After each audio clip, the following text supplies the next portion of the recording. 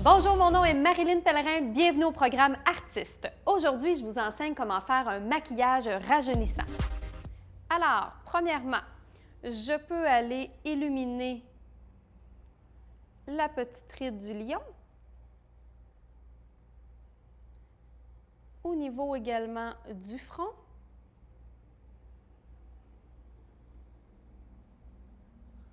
Alors, je me promène. Je peux aller dans le creux de l'œil parce que souvent, l'os ici, le creux de l'œil, avec l'âge, ça peut creuser un peu plus. Alors, qu'est-ce qu'on va faire? On va aller créer une fine ligne de lumière. Et aussi, si vous avez une poche à corriger sous l'œil, donc ce n'est pas le cas de notre modèle ici, mais c'est très fréquent d'avoir une poche sous l'œil. Dans ce cas-ci, habituellement, si on a un volume et qu'on veut diminuer le volume, on va ajouter une ombre. On s'entend que d'appliquer une ombre sous l'œil, ça ne peut pas donner vraiment l'effet désiré. Alors, ce que je vous suggère, si on a un volume, la poche sous l'œil, ça va créer automatiquement une ombre en dessous. Donc, pour aller contrer, on va faire le même procédé que je viens de faire, c'est-à-dire d'aller mettre de la lumière sous la poche ou dans le creux, et ça va donner l'effet que la poche est moins apparente. Ensuite, je poursuis au niveau du sillon.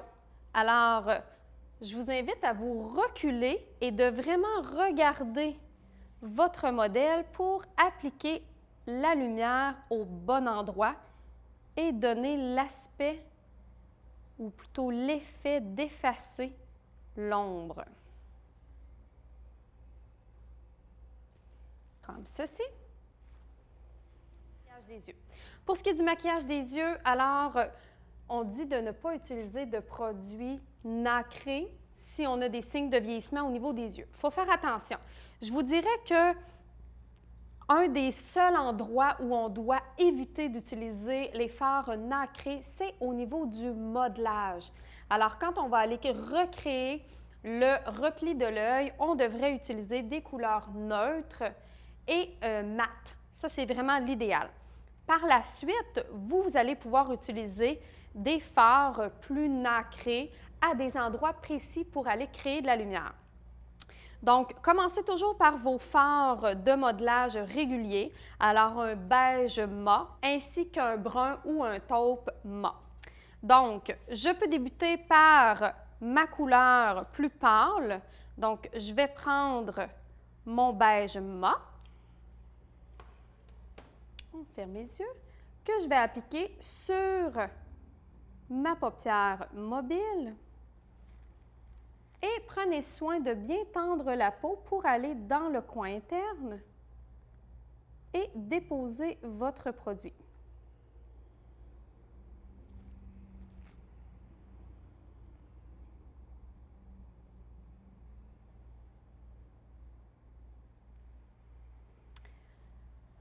Ensuite, je pourrais même prendre cette même couleur et l'appliquer juste sous le sourcil. Donc, vous voyez, j'ai laissé un endroit libre parce que je vais appliquer une autre couleur et je veux que cette même couleur-là soit en contact avec la base que j'ai mise juste avant. Si j'applique de la poudre partout, poudre sur poudre, ça tient beaucoup moins.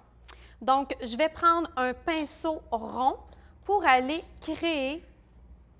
recréer, en fait, le repli de l'œil. Alors, c'est un pinceau qui est rond, comme ceci. Je prends mon brun, ma couleur taupe mat, et je vais restructurer la paupière. Donc, je vous invite à faire cette étape-là toujours avec votre modèle les yeux ouverts, dans le but de voir où je vais appliquer mon ombre. Alors, si j'ai les yeux ouverts ici, vous voyez que j'ai un volume que je veux donner l'aspect de remontée. Alors, je vais commencer par le coin de l'œil et je vais appliquer l'ombre sur l'ourlet de la paupière. Donc, je déplace les ombres de place. Après l'avoir bien appliqué, je peux par la suite l'estomper de l'extérieur vers l'intérieur.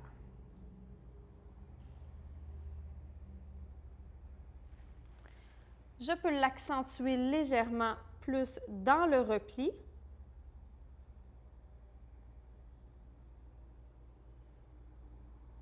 Comme ceci. Et je peux appliquer un fard blanc nacré.